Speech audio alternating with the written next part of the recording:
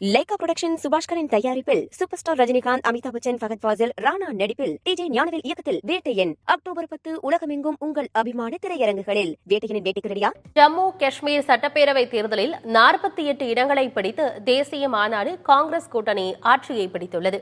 இதுகுறித்து விரிவாக பார்க்கலாம். ஜம்மு அண்ட் காஷ்மீர் சட்டப்பேரவை தொகுதிகளுக்கான தேர்தல் முடிவுகள் முழுவதுமாக அறிவிக்கப்பட்டிருக்கு.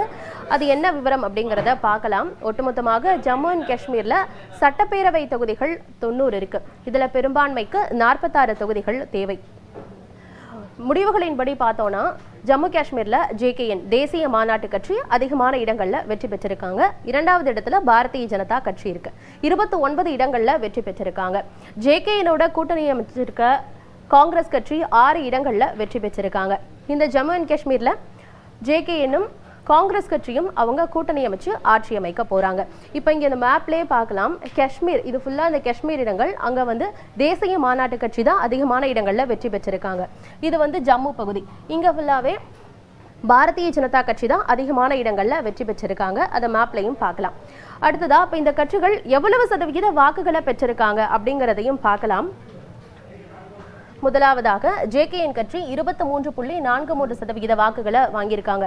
இங்க JKN தான் அதிகமான இடங்கள்ல வெற்றி பெற்றிருக்காங்க அப்படின்னு நம்ம பார்த்தோம். இரண்டாவது இடத்துல இருக்க பாரதிய ஜனதாவோட பார்க்கும்போது வாக்கு சதவிகிதம் குறைவாக தான் இருக்கு. பாரதிய ஜனதாவுடைய வாக்கு சதவிகிதம் 25.64 விழுக்காடாக இருக்கு. கிட்டத்தட்ட ஒரு 2% அளவுல பாரதிய ஜனதாவுடைய வாக்கு சதவிகிதம் அதிகமாக இருக்கு JKNோட. அடுத்ததா காங்கிரஸ் கட்சியை பார்த்தோம்னா 11.97% வாக்குகளை பெற்றிருக்காங்க. ஆம் ஆத்மி கட்சி 0.52% வாக்குகளை பெற்றிருக்காங்க. இந்த ஜம்மு அண்ட் காஷ்மீர்ல தேர்தல் சமயத்துல பார்க்கும் பொழுது ரஷீத் அவருடைய பங்களிப்பு அதிகமாக இருக்கும் அப்படின்னு சொல்லப்பட்டிருந்துச்சு. சிறையிலிருந்து வெளியே வந்திருக்கிறதுனால அவர் மேல ஒரு எதிர்பார்ப்பு இருக்கு. அவருடைய பங்களிப்பு இந்த தேர்தலில் பெரிய அளவில் எதிரொலிக்கும் அப்படின்னு எதிர்பார்க்கப்பட்ட நிலையில அது பெரிய அளவில் எடுபடலை அப்படின்னு தான் சொல்லணும்.